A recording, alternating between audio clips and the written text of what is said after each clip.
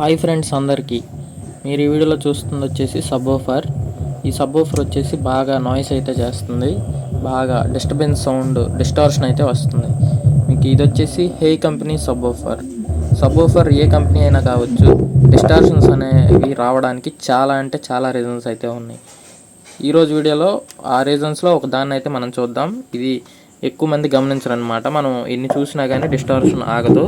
అప్పుడు మనం ఇలా అయితే చెక్ చేసుకోవాలి. హాయ్ ఫ్రెండ్స్, నా పేరు ప్రతాప్, మీరు చూస్తున్నారు ప్రతాప్ టెక్ తెలుగు ఛానల్.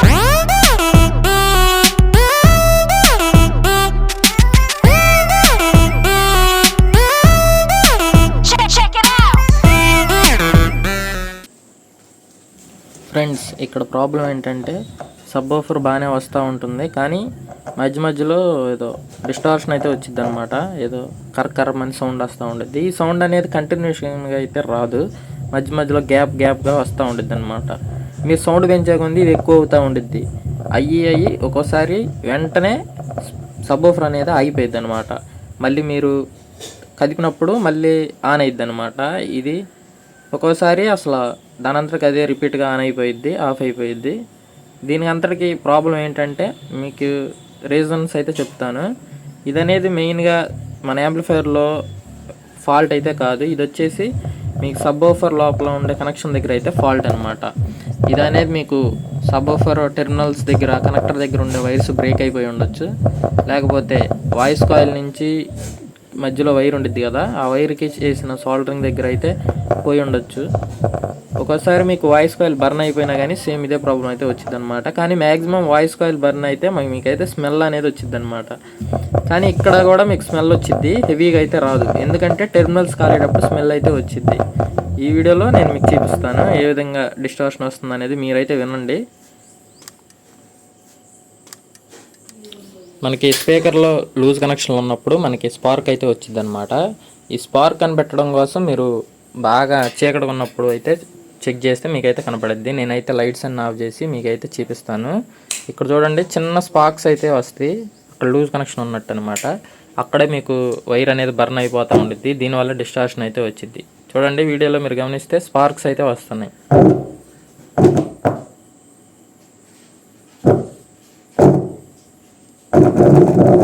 అసలు ఇలా టెర్మినల్స్ లూజ్ ఎందుకు అవుతాయి అంటే, స్పీకర్ అనేది పైకి కిందకి కదులుతూ ఉంటుంది కదా, సబ్వూఫర్ అనేది ఇంకా ఎక్కువ పవర్తో అయితే పైకి కింద కదిలిద్ది అనమాట. కదిలి కొన్నాళ్ళకి ఆ టెర్మినల్స్ అనేది వీక్ అయిపోతాయి.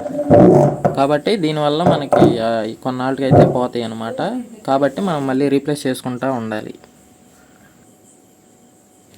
స్పార్క్ ఎక్కడైతే వస్తుందో ఎగ్జాక్ట్గా అదే లూజ్ కనెక్షన్ ఉన్న పాయింట్గా మీరైతే గుర్తించాలి.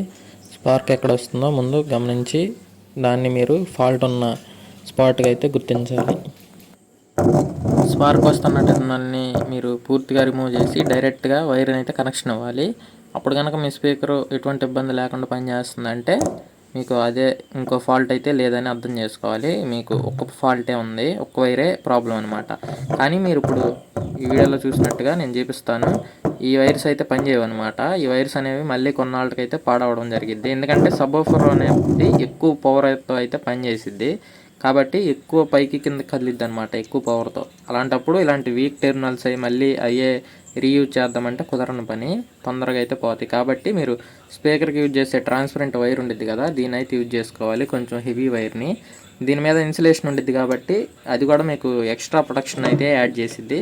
తొందరగా అయితే ఊడిపోవు అనమాట జాయింట్స్ దగ్గర, కొంత ఎక్కువ కాలం అయితే వస్తాయి ఈ వైర్లతో పోల్చుకుంటే. కాబట్టి సబ్వూఫర్స్కి ఎక్కువ మీరు ఇన్సులేషన్ ఉన్న వైర్లు ఉన్నవి తీసుకోవడానికే ప్రిఫర్ చేయండి. ఒకవేళ మీరు కొనేసిన తర్వాత చూసుకుంటే మీరు ఇట్లా వైర్స్తో అయినా తర్వాత రీప్లేస్ చేసుకోవచ్చు. దీనికోసం ఫస్ట్ మీరు డస్ట్ క్యాప్ని అయితే రిమూవ్ చేసుకోవాలి, అప్పుడే మీరు కనెక్షన్లు అయితే వాయిస్ కాయిల్కి ఇవ్వగలరు. చూడండి, నేనైతే ఎలా తీస్తానో జాగ్రత్తగా అయితే తీసుకోవాలి, మీకు పేపర్కి డ్యామేజ్ కాకుండా. అలానే మీ పెయింటింగ్ కూడా ఉంది కదా, పెయింటింగ్ పోతే సబ్వూఫర్ లుక్ అయితే పోయిద్ది. చూడండి, ఇట్లా మెల్లగా అయితే తీసుకోవాలి.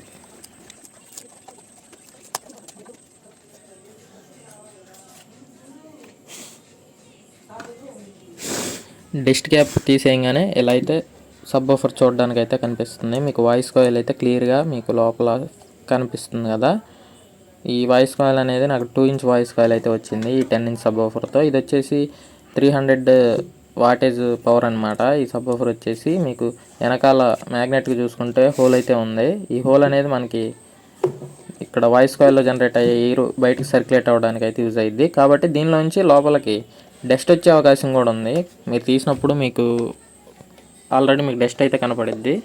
మీరు క్లీన్ చేసుకుని నెక్స్ట్ ఇక్కడ టెర్మినల్స్ని అయితే గమ్మేసి అంటించి ఉంచుతారనమాట. బ్లాక్ కలర్లో గమ్ము కనిపిస్తుంది కదా, దీన్ని మీరు స్క్రూ డ్రైవర్తో కానీ మీరు ఎట్లాగోలా మీరైతే రిమూవ్ చేసుకుని మీరు ఇలాంటి వైర్లు అయితే తీసుకోవాలి. ఈ చూశారు కదా స్పీకర్లకి యూజ్ చేసే వైరు, దీనికి పైన ఇన్సులేషన్ కూడా ఉండిద్ది. ఇట్లా ఉండటం వల్ల మీకు ఎక్స్ట్రా ప్రొటెక్షన్ వచ్చింది అని చెప్పాను కదా. ఇలాంటి వైర్లు అయితే యూజ్ చేసుకోండి, కొంచెం క్వాలిటీ వైర్లు అయితే తీసుకోండి. దీన్ని మీరు అక్కడ స్పీకర్కి వాయిస్ కాయిల్ టెర్మినల్స్కి జాయిన్ చేసేసి సాల్డరింగ్ అనేది ఖచ్చితంగా అయితే చేయాలి. ఎందుకంటే ఇది హెవీ పవర్తో కదిలిద్ది కాబట్టి మీరు సాల్డరింగ్ చేయకపోతే లూజ్ కనెక్షన్లు వచ్చి మళ్ళీ ఇందాట వచ్చిన ప్రాబ్లం మళ్ళీ కాలిపోయే అవకాశం అయితే ఉంది. కాబట్టి మీరు సాల్డరింగ్ అనేది కన్ఫామ్గా అయితే చేయాలి. మీరు అన్నీ చేసేసి ఫ్లక్స్ రాసి సాల్డరింగ్ చేసేసి ఒకసారి అయితే టెస్ట్ చేయండి. మీకు స్పార్క్లు ఏమైనా వస్తున్నాయేమో లైట్ ఆఫ్ చేసుకుని కూడా టెస్ట్ చేయండి. అంత బాగానే ఉన్నప్పుడు మీరు ఇక కనెక్షన్లు అన్నీ బాగానే ఉన్నాయి అన్న తర్వాత మీరు ఇక్కడైతే గమ్ వేసేసుకోవాలి ఈ టెర్మినల్స్కి. దానికోసం నేను అరల్ డైట్ అయితే యూజ్ చేస్తున్నాను. మీరు క్విక్గా అతుక్కుపోయేదైనా యూజ్ చేయొచ్చు, మీకు కొంచెం లేట్గా అతికేదైనా తీసుకోవచ్చు, అది మీ ఇష్టం. నేనైతే ఒక ఓవర్ నైట్ అయితే ఉంచేసాను దీన్ని, ఎందుకంటే నేను స్లోగా యూజ్ చేసే గమ్ అయితే తీసుకున్నాను. ఇది మొత్తం మీరు టెర్మినల్స్ దగ్గర అయితే అంటించేయాలి. దీని ద్వారా మీకు ఇక్కడ మళ్ళీ లూజ్ కనెక్షన్లు అయితే రావు. తర్వాత నేను డస్ట్ క్యాప్ కూడా అంటించేసుకున్నాను. నెక్స్ట్ స్పీకర్ యొక్క వైర్లని కనెక్టర్కి కూడా కనెక్షన్ అయితే ఇచ్చేసాను. ఇప్పుడు ఏం చేయాలంటే ఈ వైర్స్ మనం యూజ్ చేసేటప్పుడు సాల్డరింగ్ చేసి ఉంటాం కదా, అక్కడైతే ఊడిపోతాయి అన్నమాట కనెక్టర్ దగ్గర. అలా అవ్వకుండా ఉండాలంటే మనం ఇట్లాంటి ట్యాగ్లు అయితే యూజ్ చేయాలి. ఇలాంటి ట్యాగులని మనం కొంచెం పైన వేయడం ద్వారా మనకి స్పీకర్ నుంచి వచ్చే వైబ్రేషన్ ఈ ట్యాగ్ వేసిన దగ్గరతో స్టాప్ అయిపోయింది అనమాట. దాని కింద మనం ఇచ్చిన కనెక్షన్ సాల్డరింగ్ల దగ్గర దాకా అయితే చేరదు. కాబట్టి మన ఫ్రిక్షన్ అయితే తగ్గియచ్చు కనెక్షన్ల దగ్గర. మన జాయింట్స్ దగ్గర ఉన్న ఫ్రిక్షన్ని రిమూవ్ చేస్తే మనకి అక్కడ మళ్ళీ ఊడిపోకుండా అయితే ఉంటాయి అన్నమాట. ఫ్రిక్షన్ జనరేట్ అవ్వడం వల్ల మనకి కనెక్షన్లు అయితే పోతూ ఉంటాయి ఎక్కువ శాతం. కాబట్టి ఇలాంటి ట్యాగులు కొంచెం పైకి వేసుకోవడం ద్వారా వైరు యొక్క వైబ్రేషన్లు కిందకైతే రాకుండా ఉంటాయి. నెక్స్ట్ నీట్గా అయితే కట్ చేసేసుకోండి ఈ ట్యాగ్స్, మళ్ళీ డిస్టర్బెన్స్ ఏం లేకుండా. ఇంకా ఫైనల్లీ దీని ఉన్న నట్టు కూడా అయితే మీరు బిగిచేసేయండి. నట్టు కూడా కొంచెం మీరు గట్టిగా గమ్మేసుకుని బిగిస్తే ఇంకా స్ట్రాంగ్ అయితే ఉండిద్ది. ఫైనల్గా నేనైతే ఇన్పుట్ ఇచ్చి చెక్ చేస్తున్నాను స్పీకర్ బాగా వర్క్ చేస్తుందా లేదా అనేది, డిస్టార్షన్ ఏమన్నా వస్తుందా అనేది అయితే చెక్ చేస్తున్నాను. చూడండి నాకైతే డిస్టార్షన్ అయితే మొత్తం తగ్గిపోయింది. ఇక్కడ నేను వర్క్ చేసే టేబుల్ మీద స్క్రూ డ్రైవర్లు అవి ఉన్నాయి కాబట్టి నాకు అవి వైబ్రేట్ అయ్యి వేరే సౌండ్ వస్తుంది. ఒకసారి చేత్తో లేపు పట్టుకుందాం దీన్ని, సౌండ్ మనకి ఎలా వస్తుందో. సౌండ్ అయితే బాగానే వస్తుంది.